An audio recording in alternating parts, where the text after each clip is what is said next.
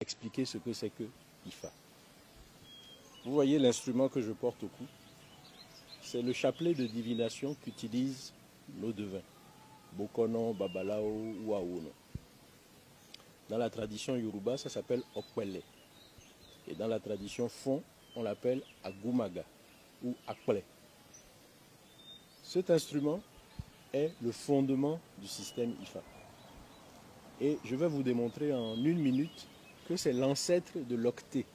Nous croyons avoir découvert l'octet avec l'arrivée de l'informatique, alors que nous maîtrisons l'octet depuis 4000 ans avant Jésus-Christ.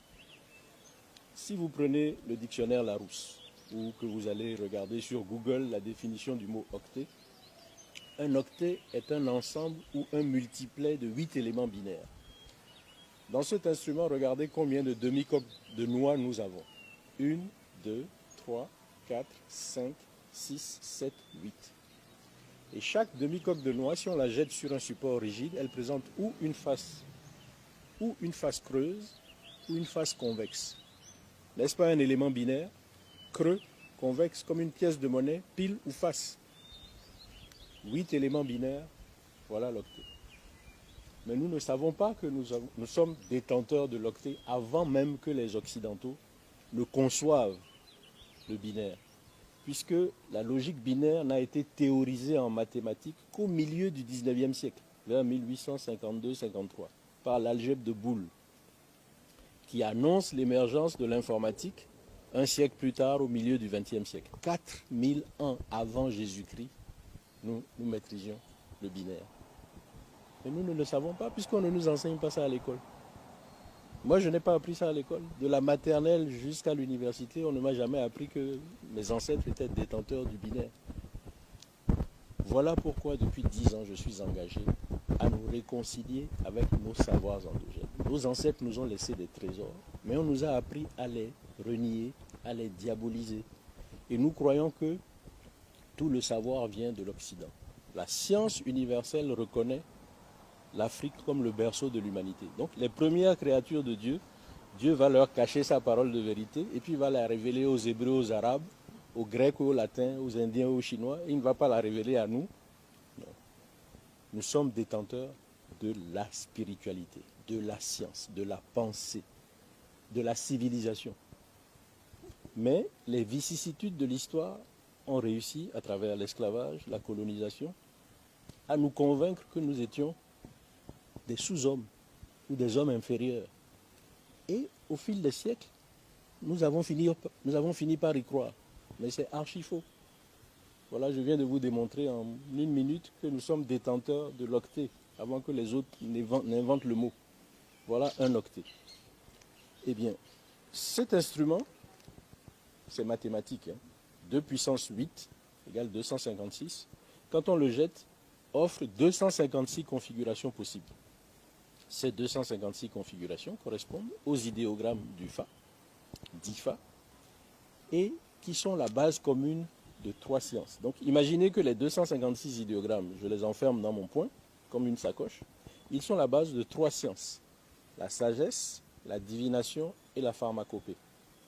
La sagesse relève de la dimension exotérique. C'est en accès libre, tout le monde peut y avoir accès.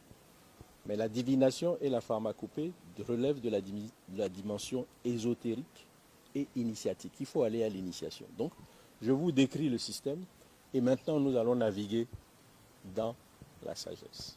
J'ai sélectionné un échantillon de 16 enseignements tirés de cette sagesse-là, de la sagesse d'IFA, que je poétise. Je synthétise en vers pour que ce soit facile à mémoriser. Et je vais vous donner quelques exemples. Notre devise nationale comporte 3 valeurs: fraternité, justice, travail. Pour illustrer le travail, j'ai pris un enseignement d'IFA qui découle de l'idéogramme Loso-Sa, qui est la combinaison du 5e et du 10e pictogramme de l'alphabet d'IFA, qui en comporte 16. Loso-Sa prend exemple sur le nez pour enseigner l'effort et la persévérance, le goût du travail. Vous savez comme moi que nous avons 5 sens: l'ouïe, la vue, l'odorat, le goût et le toucher, qui sont symbolisés par des organes externes que nous voyons: les oreilles, les yeux, le nez, la bouche et les mains.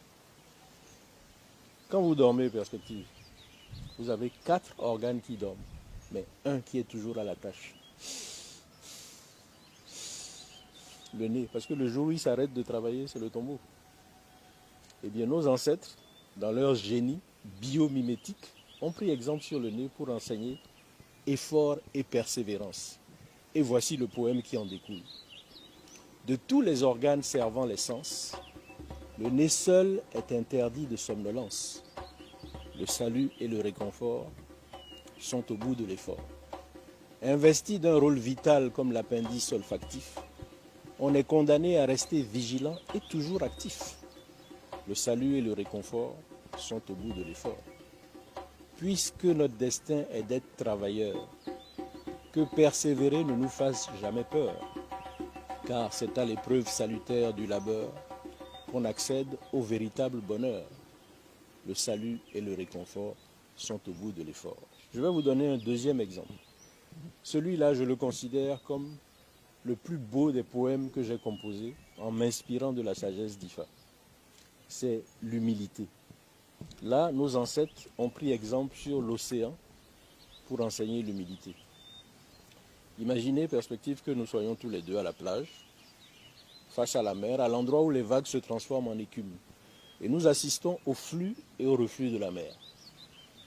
Vous connaissez la puissance dévastatrice de la mer. En cas de tsunami, elle nous prend comme des cailloux, elle nous projette contre le mur, et c'est notre cadavre qu'elle va entraîner sur des centaines de mètres.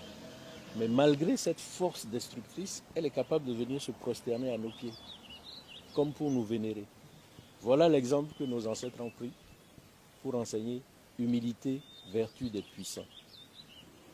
L'océan, fort de sa toute-puissance et de son impressionnante immensité, qui virevolte, gronde, déferle avec violence pour venir s'incliner à tes pieds avec humilité, te prouve qu'en dépit de ton insignifiance, il respecte en toi une part de divinité. Quelle que soit ta force, agis pour la paix avec tempérance. Humain, homme ou femme, qui que tu sois, avec conscience, pratique l'équité. Voilà comment j'extrais les enseignements de notre sagesse ancestrale et que je les propose sous forme poétique. Si nous avons l'intelligence d'aller puiser dans cette sagesse-là pour faire l'éducation morale et civique de nos enfants, en même temps que leur éducation patrimoniale, parce qu'on leur fait découvrir l'héritage de leurs ancêtres, vous allez voir comment nous allons réformer notre système éducatif et comment nous allons former des citoyens droits, responsables, vaillants, travailleurs. Voilà un peu ce que je peux vous dire en quelques mots de la sagesse d'Ifa. Nous aurons compris que nos ancêtres détenaient